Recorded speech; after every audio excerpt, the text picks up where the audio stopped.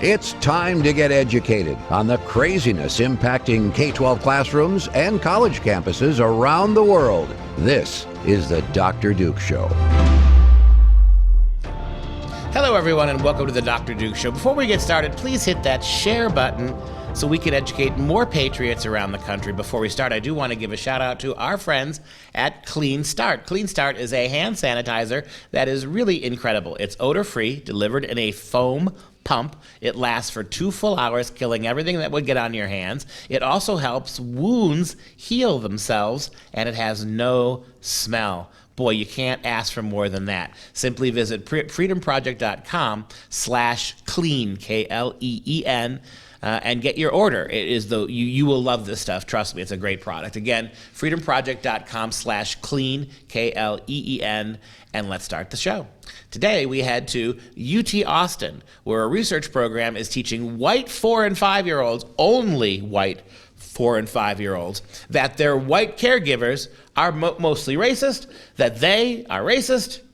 In fact, the program is even called CAR, K-A-R, Kids Against Racism. This story comes from the College Fix, and we have a program underway at the University of Texas, Austin, which really should not be part of Texas. Well, I think they need to cut it out and ship it to California. But it teaches 4- and 5-year-olds that their caregivers and themselves are racist and have to overcome anti-black racism. To participate in the voluntary study, the child must be white, 4 and 5 years old, and not yet enrolled in kindergarten. The caretaker must also be white, and it goes without saying that what you're dealing here is a discriminating program that happens to be volunteer. Now, you may be asking yourself, well, what is GoKAR? And you did say, yes, it's Kids Against Racism. It's Go Kids Against Racism, I guess is what they're saying. But the recruitment flyer actually states, listen, talk, and learn about anti-racism with GoKAR. Now, the program supposedly creates opportunities for caregivers to engage in dialogue about anti-black racism with their preschool-aged children at home. Well, the program does include a series of professional children's videos and discussion guides. We aim to explore overall engagement with the GoKAR program, as well as the potential for the program to reduce bias and increase awareness of racism. Okay, what's an example maybe of this series of professional children's videos and discussion guides? Do you have one? Move Like Stacy by Key, Woke Kindergarten. She spoke like Fanny. She learned like Marion. She taught like Septima. She ran like Shirley. She organized like Ella.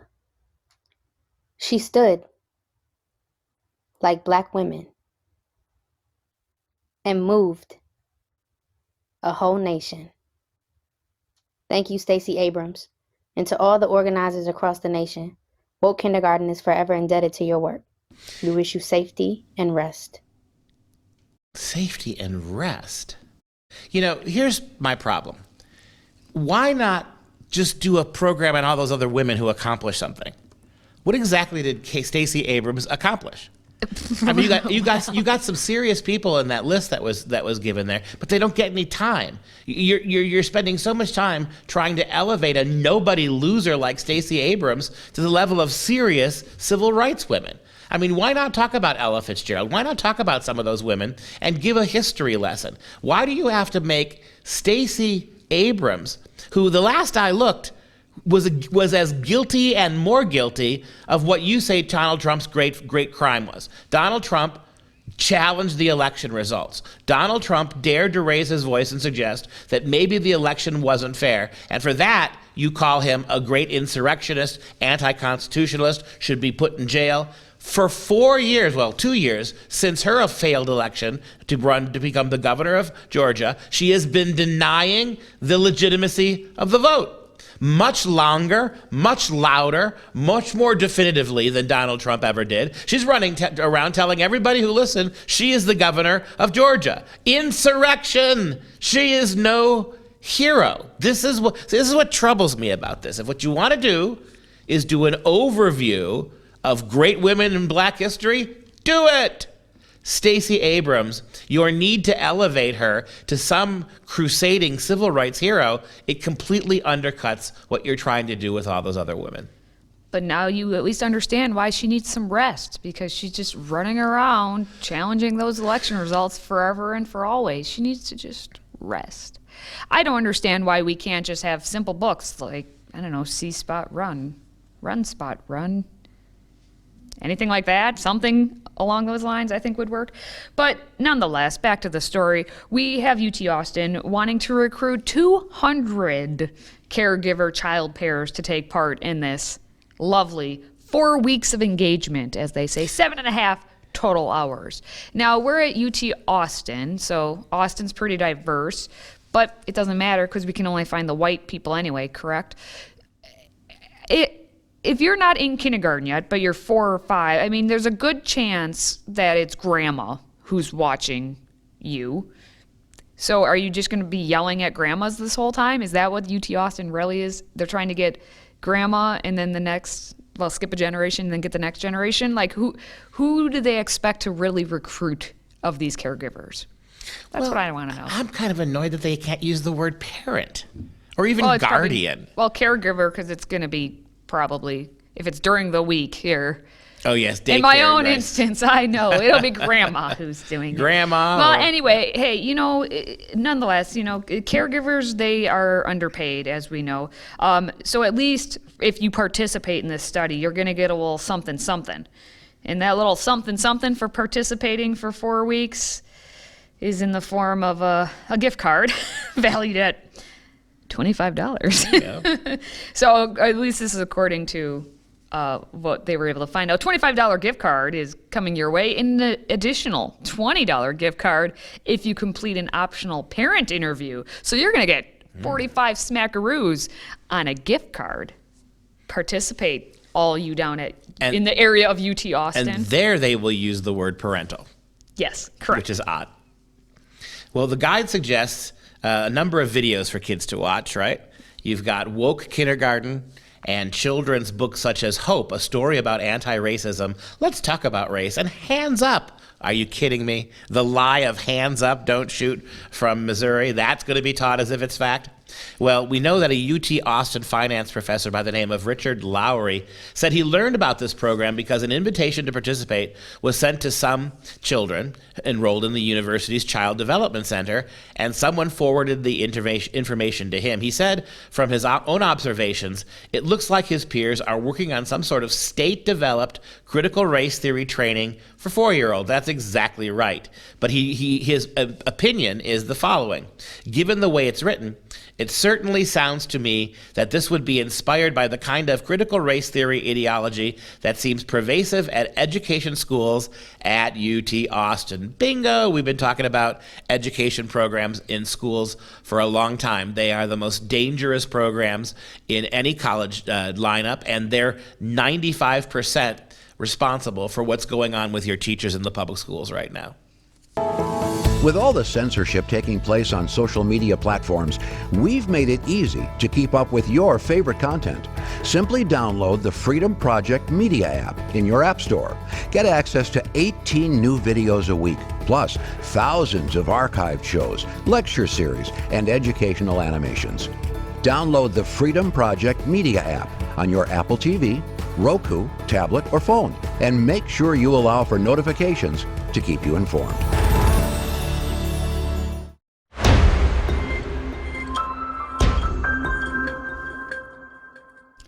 For this next story, we're going from 4-year-olds to 12-year-olds, from only whites to no whites, from UT Austin to Pennsylvania. Because during morning announcements at Upper Marion Area Middle School in Pennsylvania, a school staff member said that there was an exciting announcement. Now, do you remember the days of school announcements in between the periods, and you're sitting there like, oh, maybe I'll learn something new? But they said this one was exciting. It used to be about bake sales and you dress down Fridays and we're going home on Wednesday the next week at 1 o'clock for teacher meetings. I mean, that's what they used to be. Those were actually exciting because Yes, you're they getting out were. of school. But this one, exciting announcement. First, I don't know how they did this. Maybe it was in individual classrooms. or maybe this is how they do announcements these days, they had to show a video about drones. Like cameras, drones, they go up in the sky. You've probably heard of them at this point, unless you're living under a rock. Well, the video included footage of students flying the drones, and there was snippets of TV news reporters where the anchors noted that drones are in high demand, and if you want to go into drones, you're going to need those science, technology, engineering, and math skills. You're like, oh, sweet, I'm getting excited. Right? Again, middle school. This is how they act. Middle school. And then a staff member followed up with the announcements saying that there's going to be a drone flight camp coming to the school on the weekend. And the camp was free. And so all the kids are getting excited. There's 24 spots. Oh my gosh, we got to get there. And by the way, you can't be white. Wow. And then if this was a hot air balloon, not a drone, all the air was just sucked right out of it. Yeah, they said, here's the thing. It is a Black Student Union sponsored event. You must be Black, African American, a person of color in order to participate. I love that there's 3 ways of describing that, Yes. covering all your bases. Wow. Because you can be Black and not an African American, I guess. You can be a person of color. Now, here's another thing. So Black, African American, it's sponsored by the Black Student Union. Does that mean you can be any apparently person of color? I'm just reading how they wrote it. That's how So they if said you're it. Hispanic, you're getting in. If you're Scandinavian, not so much. Oh, the poor Scandinavian crowd. It's terrible. Well, it's too cold up there a lot of time to just fly things. And it's too bright. Sun. Only half the year. Moving on. The parents, obviously, when they found out about this, said, this is wrong on so many levels. Some said, can you just imagine if they said only whites would be allowed at our drone camp? It's free. First come, first serve, but only if you're Scandinavian looking, basically.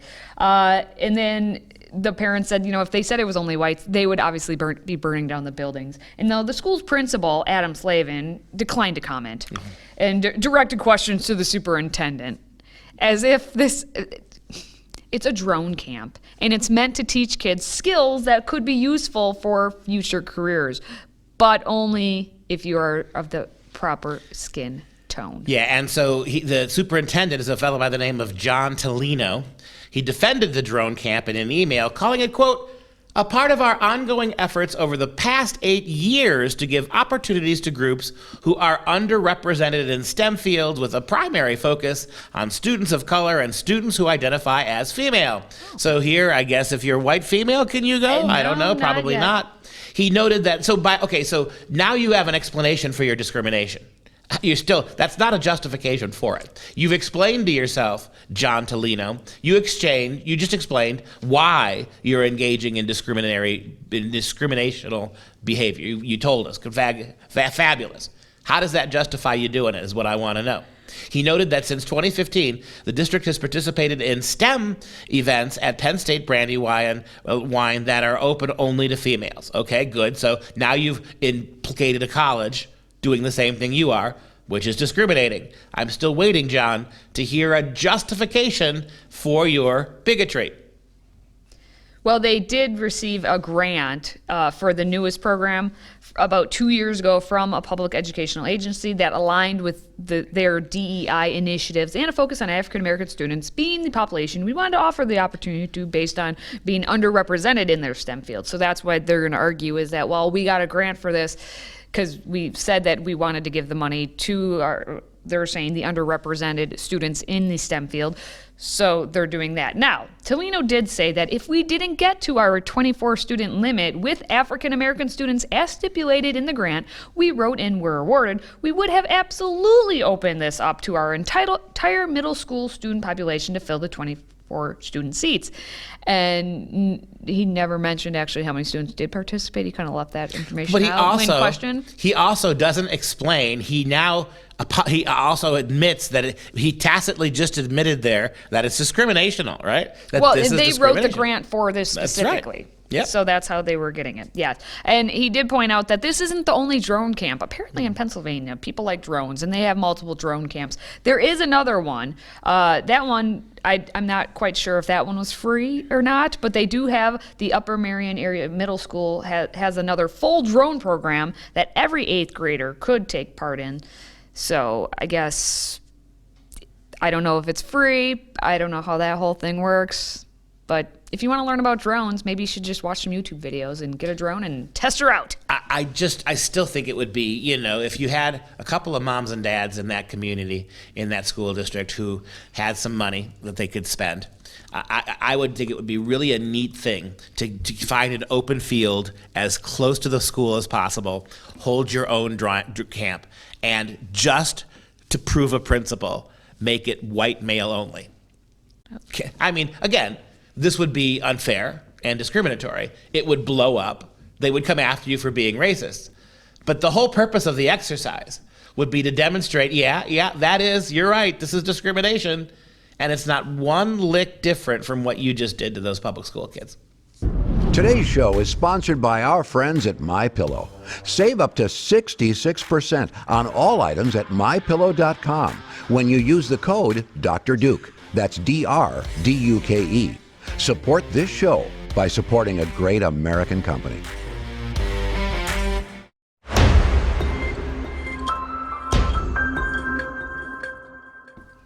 If we've learned one thing about school districts, it's to sue them and then sue them some more, because eventually you will win. And this is what's happening in Loudoun County, good old Loudoun County, Virginia, where we have Byron Tanner Cross, who, that picture may look familiar, as it should, because he goes by Tanner Cross more so. He taught at Leesburg Elementary School in Loudoun County. He was a Phi Ed teacher there. He looks like he could be a Phi Ed teacher. And he was told, he went to the school board, and we know how Loudoun County school boards work at this point, and he told them about his beliefs on what the public schools were doing in regards to how they're going to handle the allowance of restroom use. Okay, transgender students or students who identify as being the opposite sex, should they be allowed to go in the bathrooms? And as a Christian man, he stood up and spoke, saying that he would not be having his students in the gym class, he would not be promoting that, okay? He said, his quote was, "I will not affirm that a biological boy can be a girl and vice versa because it's against my religion." Now, during the speech he presented to Loudoun County, he said it's lying to a child, it's abuse to a child, and it's sinning against our God. All right, so you may remember that story from many months ago. Well, he then was obviously suspended, because that's what they do, these schools.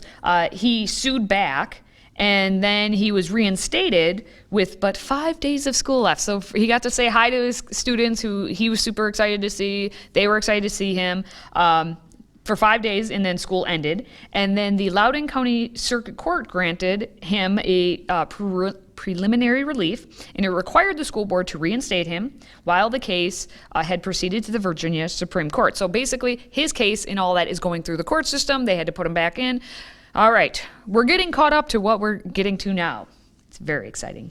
Now, the Virginia Supreme Court had affirmed the lower court's rulings, and at the end of August, the Virginia Supreme Court rejected Loudoun County Public Schools' appeal, which affirmed the circuit court's decision to reinstate Cross. Okay, so what does this mean? Well, he should be able to have his job. Loudoun County Schools shouldn't be able to do anything. So what does Loudoun County do? They've settled with him. They've settled. They've agreed to cease retaliation against him. All because, again, he just stated his opposition to a policy, okay? And the school district has also agreed to remove references to his suspension from his personnel file and will pay $20,000 of his attorney's fees. So Mr. Cross stood up for his beliefs, did what was right, had to get through a whole lot of mess, and then in the end, he can applaud himself. And this is the venality of the school board. All he did was stand up at a school board meeting and say he would not say this. He didn't discriminate against any transgender kids. He didn't fail to use the right pronoun. He just said, "I'm warning you, this policy is against my religion and I'm not going to follow it." For simply saying that, they suspended him, tried to fire him, tried to dox him, tried to write up a long history and put it in his permanent file about his evil transphobia. And anybody could have told but Loudoun County Schools, if Loudoun County School Board was able to actually listen to intelligent thought and pay attention, that you can't stop somebody from saying something like that. Maybe if he had misgendered somebody with a pronoun, maybe if he had actually violated the policy rather than saying he couldn't abide by it, maybe then you could have sued him, and who knows? But no, you're so zealous in protection of a bunch of people who amount to well less than 1% of the overall population, that you don't care what the Constitution says. You're just going to go after anybody who even dares speak out about the program, just like you did to the other parents who weren't employed by Loudoun Schools. You doxed them. You put together a Facebook page where you tried to out them and get them canceled and fired from their jobs. Well done, Loudoun. I wonder why Glenn Youngkin is now the governor of your state.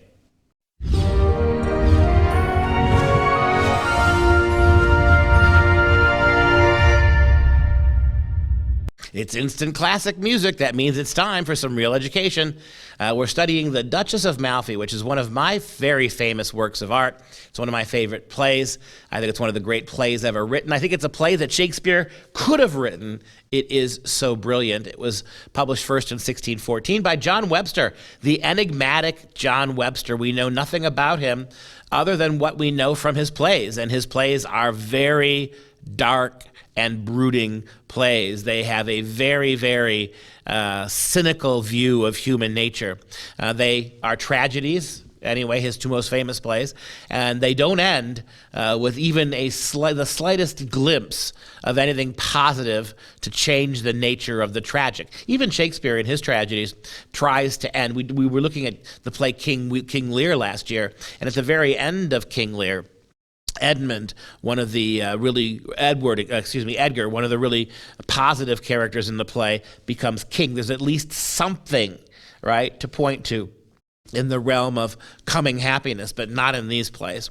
So take a look at this quote that we've got picked today, talking about what is it like to be in a monarchy under a king or a duke or a queen and have to live your life in total flattery? What's it like to have to be a yes man? What's it like to have to live in a government so highly regulated that you have to be at every moment of every day willing to get on your knees and kiss proverbial butt to get ahead? Here's the description of court life from one of the characters in the Duchess of Malfi. "You live in a rank pasture here," Ferdinand says to his sister. She's the Duchess of Malfi. He's warning her about your courtly life. You may be the Duchess of Malfi. You might be in charge of this little city, but you still live in a rank pasture here in the court. There is a kind of honeydew that's deadly. Now, she's the Duchess. She's a widow. So she's a single woman in charge of this wonderful part of Italy. As far as the town of Malfi is concerned, she's the king. She's the queen. But her two brothers, Ferdinand is a much more powerful land baron than she is. And her other brother is actually a cardinal in the church. And what they're doing is they're warning her. You may live these courts are rank pastures. There is a kind of honeydew that's deadly, 'twill poison your fame. Look to it. Do not marry beneath your station, they warn him. Do not be caught in any sexual misdeeds that will smear the family name. He says to her, look to it. Be not cunning, for they whose faces do belie their hearts are witches ere they arrive at 20 years of age. Aye, and they give the devil suck. Don't engage in court two-facedness. Don't show one you to the country and have another you behind our backs. Your darkest actions, nay, your privatest thoughts will come to light, he warns her. And what happens from there is pretty remarkable. If you have a question for Dr. Duke and Katie, please send it our way by emailing askduke@fpeusa.org. And that wraps up this show for Freedom Project. I'm Katie, and he's Dr. Duke. And until next time, stay educated, my friends.